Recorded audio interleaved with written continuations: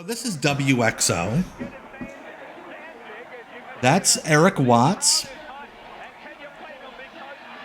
And his partner is John Zandig of Deathmatch fame, of Jesus, the same guy. This does have commercials, bruh, Van. I'm glad to see a lot of good, nice words about Nitro in the chat. The erotic Eric Fontaine fan club. Like I said, the All-Star team is here. So WXO, for the uninitiated, was supposed to be a family-friendly alternative to the Attitude Era. As we see Tommy Rogers and Monday Night Raw general manager Adam Pearce. Look at those long flowing locks. Yeah, look at that hair on Adam Pearce. But no, this was supposed to be like you were going to do the Attitude Era style, but without cursing, without the violence, and without the scantily clad women. So, and of course, the first thing they do is they hired Zandig because he was in all those like backyard wrestling, ultra-violent wrestling news pieces. So this guy's getting hit with a weed whacker. I'm sure he could do family-friendly wrestling. This Attitude Era without the attitude. As always, let me know if you guys can't hear me or the video or whatever. Yes.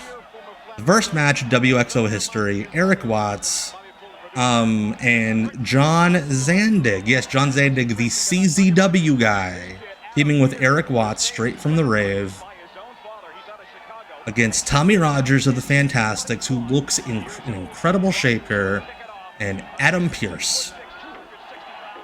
Yeah, Zandig was from CZW. This I believe was the end of January 2000. So yeah, what happened was a bunch of these guys were under contract to WCW, and they were mostly just on like Saturday Night Worldwide, and then WCW let a bunch of them go. Some of them still were popping up under like per appearance deals. We'll get to one notable one here in a bit. Hey, Masked Heel. Oh, Erik Watts. We get it because he's small. But these were pretty much all the guys that had been bouncing around Saturday night. It's like the Seinfeld joke. Why don't you make why don't you make the whole plane out of the black box? This is why don't you make a whole promotion out of Saturday night? Dude, I am so fascinated. Assured Outcomes. I'm so fascinated by all the startups around this time. Like we watched the XWF a couple months ago. Watched this. We're watching this now, rather.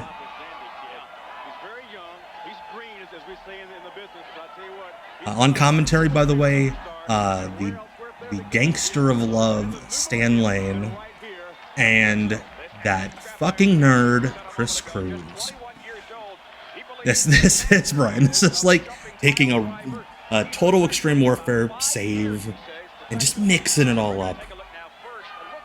Yeah, this is before this is a year before WCW and ECW died. This is the who's who of who's left. ECW was still around, WCW was still around. There were like 12 wrestlers not under contract. Dude, Stan Lane, great like technical announcer for like sports. Not necessarily a great wrestling announcer. Like he was doing boat racing before this.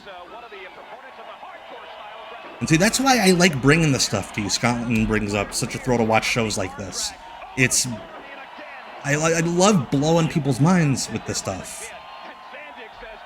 Like the only reason I knew about this was because I fluked into finding it. Indianapolis was one of the few markets that's like, let's give them a good time slot. And they put this on right before Worldwide on a Saturday morning. I disagree with you, Drugs Delaney. I like Erik Watts a whole bunch. I think he is dope as hell. Not necessarily early Erik Watts, but when he like got all sad and was like, I'm gonna do all the moves because everybody made fun of me. for not knowing how to do moves in my first run. Hey, No Mercy, thank you. Thank you for buying a copy of Nitro by Guy Evans. Yes, this did air on TV. I was researching this, and I was reading some observers from around this time. This apparently had a better syndication run than like ECW at the time. Like all ECW syndication was like 3 a.m. on a Saturday night. These guys were getting some pretty, like they were on the main syndicated stations in most of these markets. And what happened was, the reason why we're only watching 2 episodes tonight, because they only filmed 2 episodes. They canceled tapings after taping and just re-aired the same 2 episodes over and over again for like 3 months. I can see, yes, Erik Watts and Adam Pearce kind of look like proto versions of Brian Clark. I can see that. They ran out of money after the first show. The crowd that they pressed the button and the noise came out. Yeah, that crowd seems very into it. Like I complain about the Seagulls and the WCW shows we watch. There are like 200 people here and they're all asleep.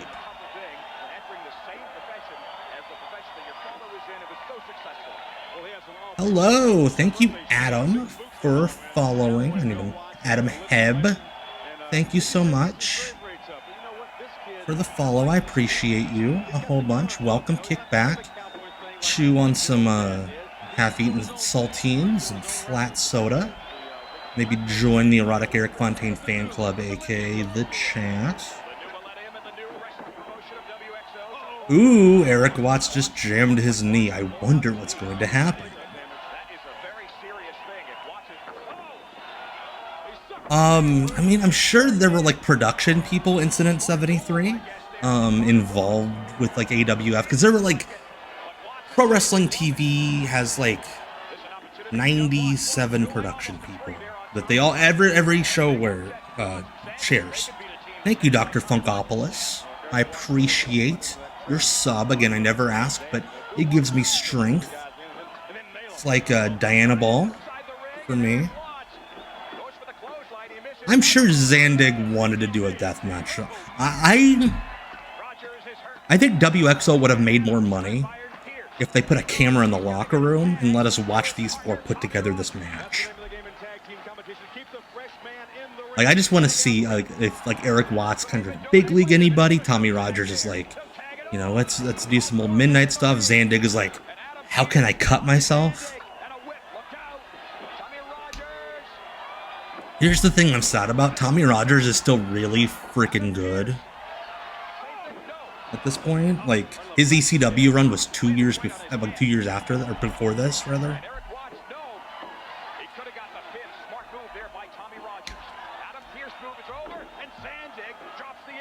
That John Zandig. How dare he? He's a dirty deathmatch wrestler who cheats.